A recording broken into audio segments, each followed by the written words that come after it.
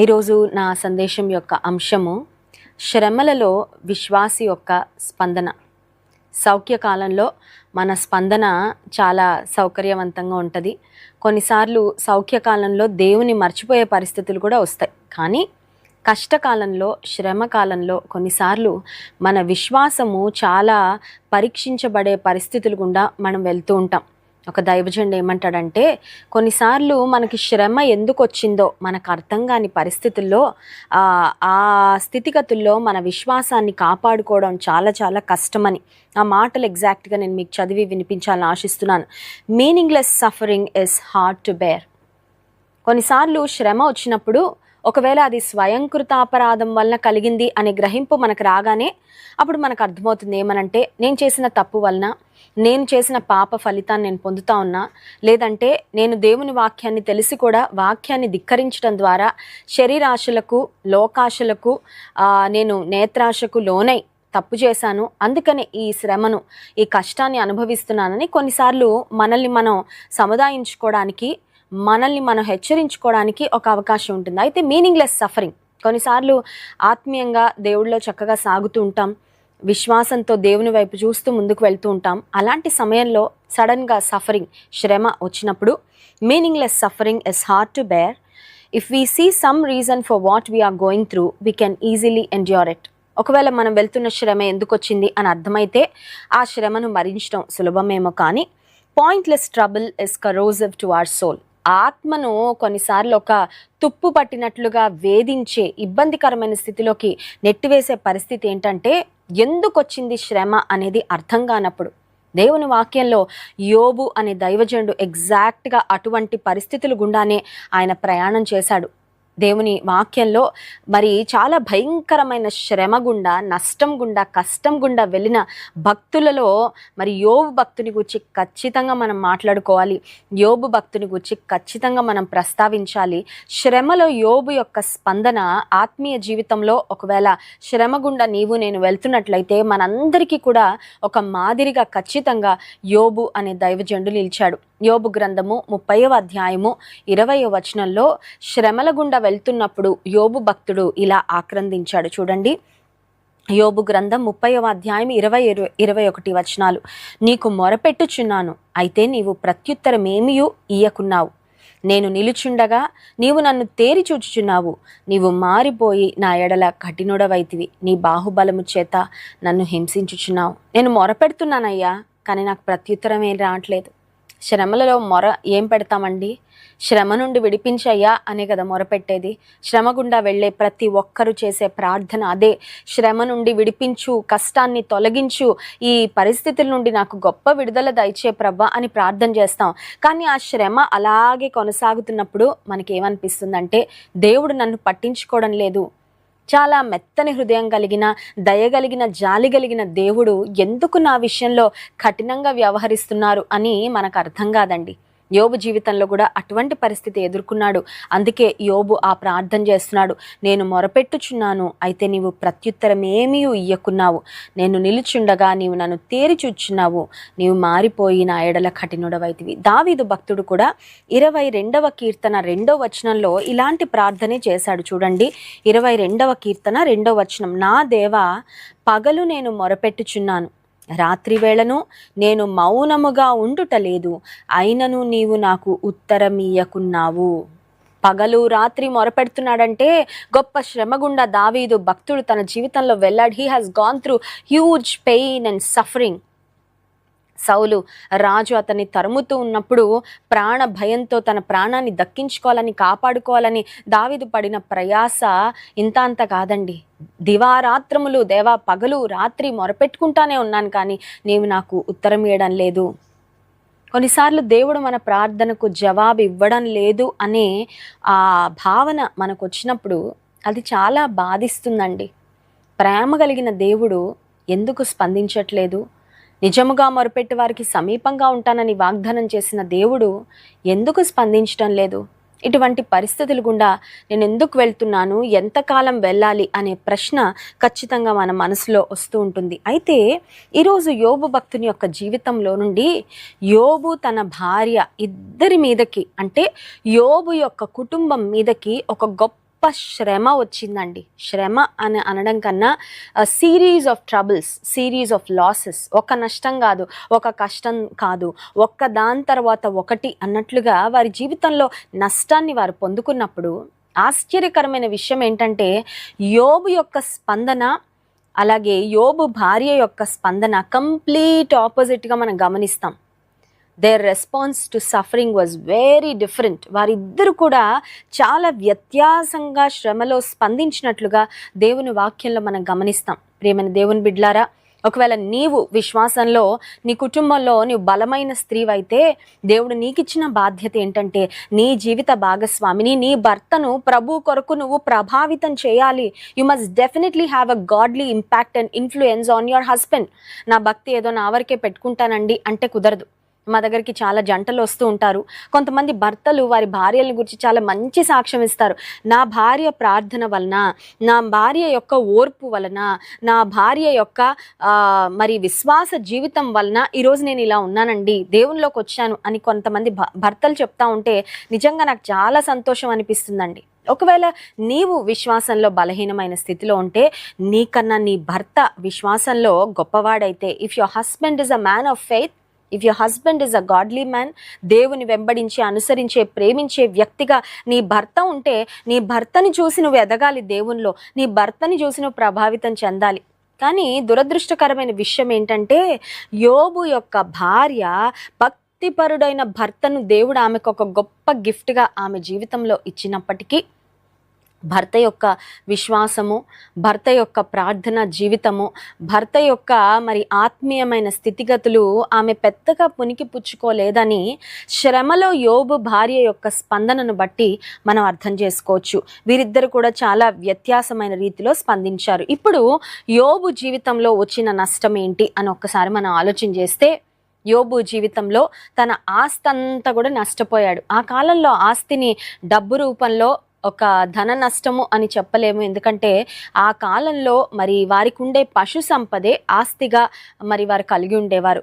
యోబు తన జీవితంలో ఉన్న తనను దేవుడు ఆశీర్వదించి ఇచ్చిన ఎద్దులు, గాడిదలు, గొర్రెలు, ఒంటెలు ఇవన్నిటిని కూడా ఒకేసారిగా నష్టపోయాడు. అంటే చాలా ఆస్తిపరుడు, చాలా ధనవంతుడు, ఊజు దేశంలో చాలా ఉన్నతమైన స్థితిలో ఉన్న వ్యక్తి అని పిలువబడిన యోబు తన జీవితంలో ఒక్కసారిగా ఆస్తి అంతా కోల్పోయాడు. సరే, ఆస్తి పోతే పోయిందిలే, మళ్ళీ సంపాదించుకోవచ్చు అని బహుశా తమను తాము కొంచెం సర్ది చెప్పుకుంటా ఉన్నారేమో. ఇంత లోపల ఒక సమాచారం వచ్చింది. ఏమనంటే 7 కుమారులు, 3 కుమార్తెలు అందరూ కూడా ఒకేసారి చనిపోయారు అనే వార్త వచ్చినప్పుడు ఆస్తి పోతే పోయింది అని సముదాయించుకోవచ్చేమో, కానీ స్వంత కుటుంబం కన్న బిడ్డలను కోల్పోతే ఆ కడుపు కోత ఎంత భయంకరంగా ఉంటుందండి. ఫ్యామిలీని కూడా కోల్పోయారు, బిడ్డలను కూడా కోల్పోయారు. భార్య భర్తలు ఇద్దరికి, భర్తగా తండ్రిగా యోబుకు ఎంత వేదనో, కన్న తల్లిగా ఒక్కొక్క బిడ్డను 9 నెలలు మోసి కని పెంచిన తల్లిగా యోబు భార్యకు కూడా అంతే వేదన ఖచ్చితంగా మనం చెప్పుకోవాలి.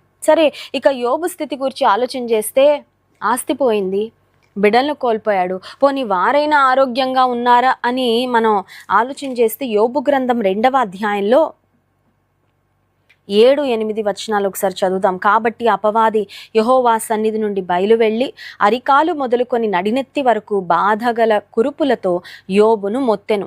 అతడు ఒళ్ళు గోకుకొనుటకై చిల్ల పెంకు తీసుకొని బూడిదలో కూర్చుండగా Job also lost his health. యోబు భార్య ఆరోగ్యం బాగానే ఉంది, యోబు తన ఆరోగ్యాన్ని కూడా కోల్పోయాడండి. బాధకరమైన కురుపులతో దేహమంతా నింపబడింది. You can imagine how pathetic he was. ఒక ప్రక్క బిడ్డలను కోల్పోయిన మానసికమైన వేదన, ఒక ప్రక్క ఆస్తంతా కోల్పోయిన బాధ అయితే, మరో ప్రక్కన దేహంలో ఉన్న అనారోగ్యము, దేహంలో ఉన్న బలహీనత, రోగం వలన తన ఆరోగ్యం కూడా నానాటికి కృషించిపోతున్న సమయంలో ఇక్కడ ఒక విషయాన్ని మనం గమనించాలి. అపవాది యోబు యొక్క ఆస్తిని యోబు నుండి దూరం చేయగలిగింది, అపవాది దూరం చేయగలిగాడు. అపవాది యోబు యొక్క బిడ్డలను యోబుకు దూరం చేయగలిగాడు, యోబు యొక్క ఆరోగ్యాన్ని నష్టపరచగలిగాడు. కానీ అపవాది ఏం తీసివేయలేకపోయాడు యోబు నుండి అని ఆలోచన చేస్తే యోబు యొక్క విశ్వాసాన్ని తీసివేయలేకపోయాడు. స్తోత్రం కలుగును గాక, hallelujah. The enemy could not touch the faith, the unwavering faith that Job had on God. యోబుకు దేవుని మీద ఉన్న అచంచలమైన విశ్వాసాన్ని కొంచెం కూడా కదపలేకపోయాడు అపవాది. ఇంకేం కదపలేకపోయాడు? యోబుకు దేవుని పట్ల ఉన్న ప్రేమ, గొప్ప ప్రేమ, గొప్ప గ్రేట్ డివోషన్, గొప్ప భయభక్తులు ఏవైతే ఉన్నాయో వాటిని అపవాది ఏమాత్రం డిస్టర్బ్ చేయలేకపోయాడు. అంత మాత్రమే కాదు, యోబుకు దేవునితో ఉన్న ఆ వ్యక్తిగతమైన అనుబంధము, సాన్నిహిత్యాన్ని అపవాది పాడు చేయలేకపోయాడు. గడిచిన దినాల్లో ఒక సహోదరి కర్ణాటక ప్రాంతం నుండి నా దగ్గరకు వచ్చారు. ఆమె తన సాక్ష్యాన్ని పంచుకుంటూ ఒక చక్కని మాట చెప్పారు. చాలా ప్రభుని స్తుతించాను. ఆ సహోదరి తన కుటుంబంలో ఒక్కరే దేవుని తెలుసుకున్నారు, దేవుని మార్గంలోకి వచ్చారు. తను ఎప్పుడైతే ప్రార్థన చేసుకుంటుందని, బైబిల్ చదువుతుందని తన తల్లిదండ్రులు తెలుసుకున్నారో, ఒకరోజు తల్లిదండ్రులు పిలిచి ఈమెను గట్టిగా వారించి ఒక మాట చెప్పారంట. ఇంకా నువ్వు బైబిల్ చదవడానికి వీల్లేదు, బైబిల్ నీ దగ్గర నుండి తీసివేస్తున్నాం, ఇంకా నువ్వు ఆదివారం మందిరానికి వెళ్ళడానికి కూడా వీల్లేదు, అన్ని రకాల రెస్ట్రిక్షన్స్, రూల్స్ ఆమెకి పెట్టేసి నువ్వు ఇంకా వేరే దేవుణ్ణి, యేసు ప్రభుని ప్రార్థన చేయడానికి వీల్లేదు అని ఆమెను మరి నిర్బంధించడం, ఆమెను ఇబ్బంది పెట్టడం ప్రారంభించారు. అప్పుడు ఆ యవ్వన చెల్లెమ్మ తన తల్లికి ఒక అద్భుతమైన జవాబు చెప్పింది. ఆ చెల్లెమ్మ చెప్పిన జవాబు ఏంటంటే, అమ్మా, మందిరానికి వెళ్లకుండా నన్ను మీరు ఆపగలరేమో, ఒకవేళ బైబిల్ చదవకుండా, ఒక Bible physical copy of the Bible, hard copy of the Bible నేను ముట్టుకోకుండా మీరు ఆపగలరేమో, కానీ నా హృదయంలో యేసయ్య పట్ల ఉన్న ప్రేమ కానీ, నా హృదయంలో యేసయ్య విషయంలో ఉన్న విశ్వాసం, అంకిత భావం కానీ మీరు ఏమీ చేయలేరమ్మా. అందుకని మీరు ఏం రూల్స్ పెట్టుకుంటారో పెట్టుకోండి, కానీ నా మనసులో ఉన్న యేసయ్యని మాత్రం మీరు తీసివేయలేరని చెప్పిందంట.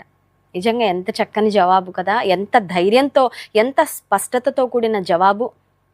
ఆ చెల్లెమ్మ చెప్పింది, అక్క, నేను మా తల్లిదండ్రులకు ఎప్పుడైతే ఈ జవాబు చెప్పానో ఇంక ఈమెను మేమేం చేయలేంలే అని వదిలేశారట. ఆ బిడ్డ దేవుని పట్ల కలిగిన విశ్వాసమే నేటికి ఆమెను అన్ని విషయాల్లో మరి దేవుడు బలపరుస్తూ ప్రతి అడుగులో తన జీవితంలో ఆశీర్వాదకరంగా, దీవెనకరంగా, విజయవంతంగా దేవుడు ముందుకు తీసుకొని వెళ్తా ఉన్నాడు. యోబు యొక్క ఆస్తిని అపవాది పాడు చేశాడు. యోబు యొక్క బిడ్డలను అపవాది, ఒకవేళ వారి ప్రాణాలు పోవడానికి అపవాది మరి కారణమయ్యాడేమో, కానీ యోబు యొక్క ఆరోగ్యాన్ని అపవాది డిస్టర్బ్ చేయగలిగాడేమో, కానీ యోబు యొక్క విశ్వాసము, యోబుకు దేవుని పట్ల ఉన్న ప్రేమ, అంకిత భావము, యోబుకు దేవునితో ఉన్న ఆ చక్కని ఆత్మీయమైన విడదీయరాని బంధాన్ని మాత్రం అపవాది ఏ మాత్రము డిస్టర్బ్ చేయలేకపోయాడు. అయితే ఇందాక నేను ఒక మాట చెప్పాను, శ్రమ వచ్చినప్పుడు ఒకే రకమైన నష్టం భార్యాభర్తలుగా ఇద్దరు అనుభవించారు, కానీ యోబు యొక్క స్పందన ఒక రకంగా ఉంటే యోబు భార్య యొక్క స్పందన వ్యత్యాసంగా ఉంది అని మనం ఆలోచన చేశాం కదా. ఇప్పుడు శ్రమ వచ్చినప్పుడు యోబు భార్య యొక్క స్పందన ఒకసారి చదువుదాం. యోబు గ్రంథం 2వ అధ్యాయము 9వ వచనాన్ని చదువుకుందాం. 8వ వచనం, అతడు ఒళ్ళు కోకుకొనుటకై చిల్ల పెంకు తీసుకొని బూడిదలో కూర్చుండగా అతని భార్య వచ్చి, నీవు ఇంకను యథార్థతను వదలకయుందువా, దేవుని దూషించి మరణము కమ్మనెను. భార్య ఇస్తున్న సలహా ఏంటి? What was the advice? an ungodly advice, an advice that is displeasing to God. దేవునికి ఇష్టం లేని సలహా ఆమె చెప్తా ఉంది. ఒక మాటలో చెప్పాలంటే దుష్ట సలహా భర్తకి ఇస్తూ ఉంది. ప్రేమైన సహోదరి, ఒకవేళ ఇంటిలో నీ ఒక కుమార్తెగా ఉంటుంది, నీ తల్లిదండ్రులు నీ మాటకి చాలా విలువిస్తున్నారా? నువ్వు ఏదన్నా మాట చెప్తే, ఒక సలహా ఇస్తే, ఒకవేళ నీ ఇన్పుట్స్కి చాలా వాల్యూ ఉందేమో నీ కుటుంబంలో, దేవునికి స్తోత్రం. అట్టి మంచి సాక్ష్యాన్ని, మంచి స్థానాన్ని నువ్వు పొందుకున్నందుకు. అయితే నువ్వు ఎటువంటి సలహాలు నీ కుటుంబంలో ఇస్తున్నావు, తల్లిదండ్రులకు ఇస్తున్నావు, తోబుట్టువులకి ఇస్తున్నావు గమనించుకో. దేవునికి ఇష్టం లేని సలహాలు ఇవ్వడం వలన వాళ్ళు నష్టపోతారు. కొన్నిసార్లు తొందరపాటుతో కూడిన తప్పుడు సలహాలు ఇవ్వడం వలన నీవు కూడా బాధపడతావు, నష్టపోతావేమో. జాగ్రత్త. ఒకవేళ ప్రియమైన సహోదరి, నీవు ఒక భార్యగా ఉన్నట్లయితే నీ భర్త కొన్నిసార్లు నీవిచ్చే సలహాలకు విలువిచ్చి నీవిచ్చే మాటలు సీరియస్గా తీసుకుంటూ ఉన్నట్లయితే ప్రార్థన పూర్వకంగా దేవుని చిత్తమా కాదా అని ఎరిగి విలువైన దేవునికి ఇష్టమైన మాటలు మాత్రమే సలహాలుగా ఇవ్వు తప్ప, నీకు అనిపించినవి భావోద్వేగానికి లోనై ఇమోషనల్గా ఏదో ఆ సమయంలో అది కరెక్టేమో అనిపించింది అందుకని ఈ సలహా ఇచ్చాను అన్నట్లుగా కొన్నిసార్లు దేవునికి ఇష్టమైన సలహాలు నీవు ఇస్తున్నట్లయితే జాగ్రత్త. యోబు యొక్క భార్య she gave her husband an ungodly advice. దేవునికి ఇష్టం లేని ఒక సలహా ఆమె తన భర్తకి ఇస్తుంది. ఏమంటుందంటే, నీవింకను యథార్థతను వదలకుందువా? ఇంకా యథార్థత ఎందుకయ్యా పట్టుకున్నావు? ఇంకా నీతిని ఎందుకు పట్టుకున్నావు? ఇంకా దేవుణ్ణి ఎందుకు పట్టుకున్నావు? అన్నీ పోయాయిగా, యథార్థతను కూడా విడిచిపెట్టాయి. She was tempting her husband to leave God. దేవుని విడిచిపెట్టాలి అనే రకంగా ఒక శోధనలాగా ఈమె తన భర్తను శోధిస్తూ ఉందండి. ఇంకొక మాటలో చెప్పాలంటే శోధకుడు ఆమె ద్వారా పనిచేస్తూ ఉన్నాడు. ప్రియమైన దేవుని బిడ్డలారా, కొన్నిసార్లు అపవాది 2 కొమ్ములు, ఆ తర్వాత పెద్ద పెద్ద కళ్ళు, వికృతమైన రూపాన్ని వేసుకొని మన దగ్గరికి రాడు. కానీ కొంతమంది వ్యక్తుల రూపంలో మన దగ్గరకు వస్తాడు. బహుశా కొన్నిసార్లు నీకు చాలా దగ్గరగా ఉండే రూపంలోనే నీ దగ్గరకు వచ్చి దేవునికి అయిష్టమైన కార్యాలు నీవు చేయడానికి వారి ద్వారా ఒక ప్రేరేపణిస్తున్నాడేమో. జాగ్రత్త. యోబు భార్య దేవునికి దూరం చేసే ఒక తప్పుడు సలహా తన భర్తకి ఇస్తుంది. ఆమె అంటుంది, నీవింకను యథార్థతను వదలకయుందువా? దేవుని దూషించయ్యా. దేవుని స్తుతించడానికి నోరిచ్చాడు, కానీ అసలు మనం దూషణ మాటలే పలకడానికి వీల్లేదు కదా. దేవుడు మనల్ని శపించొద్దు, దూషించొద్దు, దీవించండి, శత్రువులను కూడా దీవించు, నేను హింసించు వారి కొరకు ప్రార్థన చేయి, నీ శత్రువులను క్షమించు అని యేసయ్య చెప్తే, ఇప్పుడు దేవుని మార్గంలో నడుస్తున్న యోబు దూషణ మాటలు ఎలా పలకగలడు? అది కూడా అపవాది చెప్తున్న మాట ఏంటంటే, దేవుని దూషించు, బ్లాస్ఫెమీ. ఇది చాలా పాపాల్లో చాలా భయంకరమైన పాపం అండి, దేవదూషణ చేయడం. దేవుని దూషించు అంటుంది, మరణం కమ్ము. అంటే యోబు యొక్క భార్య ఏం కోరుకుంటుందంటే, తన భర్త యొక్క మరణాన్ని కోరుకుంటున్న స్త్రీగా ఇక్కడ చూస్తున్నామండి. ఎంత భయంకరమైన పరిస్థితి. యోబులో ఎండ్యూరెన్స్ ఉంది, యోబులో ఓర్పు ఉంది, సహనం ఉంది, విశ్వాసం ఉంది, ఫెయిత్ ఉంది, అన్వేవరింగ్ ఫెయిత్, అచంచలమైన విశ్వాసం కనబడతా ఉంటే, యోబు భార్యలో ది ఎగ్జాక్ట్ ఆపోజిట్ క్వాలిటీస్. ఆమెలో వ్యతిరేకమైన భావాలు. ఆమెలో అసలు ఓర్పే లేదు. ఇంక ఈ శ్రమ నువ్వెందుకు తట్టుకోవడం? ప్రాబబ్లీ ఆమె అనుకుని ఉంటుంది, నా భర్త చనిపోతే ఆ తర్వాత నేను కూడా ప్రాణం ఏదోలా తీసేసుకుంటే ఇంకా మా జీవితం ముగించవచ్చు కదా. శ్రమ చాలా తారా స్థాయిలో ఉన్నప్పుడు, when you are at the peak of suffering, the devil, the enemy may come to you and say, lose your life, జీవితం ఇంకా ముగించుకో, ప్రాణం తీసేసుకో, చనిపోవడం మేలు కదా అనే మరణాపేక్ష నీకు కలిగించవచ్చు అపవాది. మరణాపేక్షతో కూడిన ఆలోచనలు నీకు కలుగజేయచ్చు అపవాది. జాగ్రత్త. శ్రమ దినమున నీవు కృంగిన ఎడల చేతకాని వాడవగుదు అని వాక్యంలో ఉంది. ఒకవేళ ఒక ఆర్థిక శ్రమ గుండా నువ్వు వెళ్తా ఉన్నావా? కుటుంబంలో ఒక మనస్పర్ధలు, గొడవల వలన నువ్వు చాలా సతమతం అవుతా ఉన్నావేమో. కుటుంబంలో కొన్నిసార్లు జరిగే పరిస్థితుల వల్ల ఎక్కువ ఒత్తిడికి లోనయ్యేది స్త్రీలే అండి. ఎందుకంటే మనం చాలా సెన్సిటివ్గా ఉంటాం, భావోద్వేగాలు మనకి ఎక్కువ. అయితే అటువంటి సమయంలో నువ్వు కోరుకోవాల్సింది మరణాన్ని కాదు, నువ్వు కోరుకోవాల్సింది సమస్యల నుండి విడిపించే దేవుని సహాయం. దేవా, నాకు ఇంకా ఎక్కువ కావాలి నీ సహాయం, నీ సపోర్ట్ నాకు ఇంకెక్కువ కావాలి, నీ కృప నాకు ఇంకెక్కువ కావాలి. నన్ను బలపరచవా? జీవాధిపతి వైపు చూడు, జీవాన్నిచ్చే యేసయ్య వైపు చూడు, నడిపించే యేసయ్య వైపు చూడు. అంతేగాని దేవుని దూషించి మరణము కమ్ము అనే ఒక తప్పుడు సలహా ఇచ్చిన యోబు భార్య వలె మనం ఉండడానికి వీల్లేదండి.